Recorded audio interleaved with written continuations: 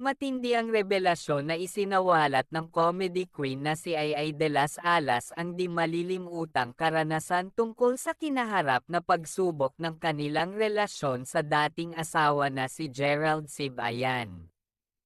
Ayon sa kanya ay nalaman niya ang pambababae ng kanyang dating asawa, bagay na nagdulot sa kanya ng pagdurusa na tuluyang naging dahilan ng kanilang hiwalayan.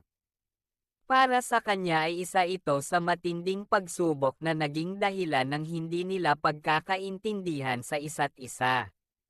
Sa isang exclusive interview, buong tapang na isinawalat ang nangyari sa kanilang relasyon.